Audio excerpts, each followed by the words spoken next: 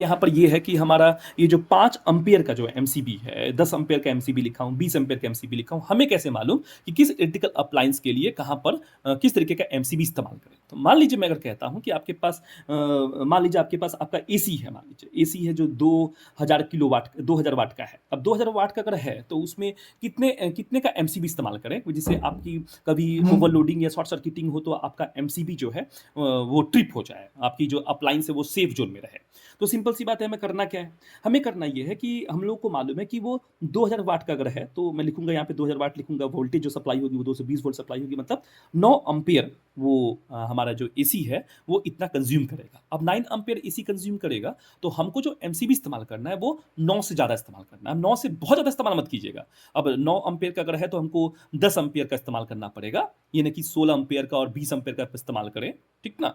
अब ये इस तरीके का नहीं इस्तेमाल कीजिएगा, नहीं तो फिर क्या होगा, ज़्यादा करंट फ्लो कर जाएगा तो हीटिंग की वजह से जो आपकी वायर है वो जल जाएगी आपकी, ठीक ना?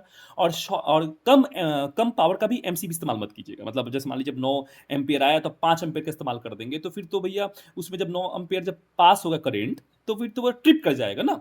मतलब मेरे कहने का मतलब है कि आप मतलब लो पावर अप्लायंस वाले एमसीबी इस्तेमाल ना करें और हाई पावर वाले भी ना करें। अगर हाई पावर वाला करेंगे तो फिर आपकी heating effect of electric current होगी, मतलब वायर गर्म हो जाएगा और वो आपका फायर हो जाएगा। और लो पावर का भी अगर आप अप्लायंस इस्तेमाल करते हैं तो फिर भैया आपका तो ये 9 एम्पीयर पे चलने वाला है, आपने 5 एम्पीयर इस्तेमाल किया है, तो फिर वो क्या हो जाएगा बताइए मेरे को, ट्रिप हो जाएगा पहले ही, बिजली पास ही नहीं होगी, आपका एसी ऑन ही नहीं होगा या कोई भी आपका अप्लायंस ऑन नहीं होगा।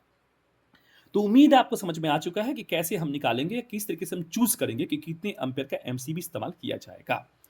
अब बात करते हैं हम लोग आरसीबी की बात करते हैं कि आरसीबी का मतलब क्या है। देखिए आरसीबी का मतलब मैं पहले ही बोल चुका हूँ, ये तब इस्तेमाल होता है जब करंट लीकेज होता है। अब करंट लीकेज कब होता होगा? जब आपकी पुअर अर्थिंग होगी या फॉल्टी वायरिंग होगी या जब किसी इंसुलेशन ब्रेकडाउन हो जाएगा किसी भी वायर का, तब हमारा ये करंट लीकेज होता है।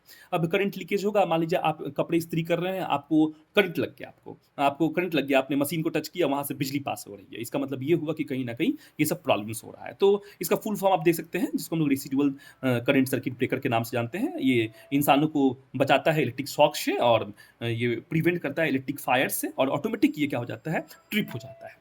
तो इस तरीके का यूज़ हमने आरसीबी के पे बताया, एमसीबी बताया, ओवरलोडिंग किसे कहते हैं बताया मैंने, डायग्राम आपको पूरा बताया, हाइपर अप्लायंस किसे कहते हैं, रेफ्रिजरेटर हो गया, आपका गीज़र हो गया, ये सब हाइपर अप्लायंस हैं। उसमें हमेशा 15 एम्पीयर के एमसीबी का इस्तेमाल होता है और लो पावर अप्लायंस में 5 एम्पीयर का इस्तेमाल होता है, जिसमें आपका बल्ब आता है, लाइट आते हैं, फैन्स आते हैं।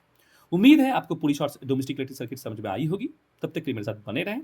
धन्यवाद।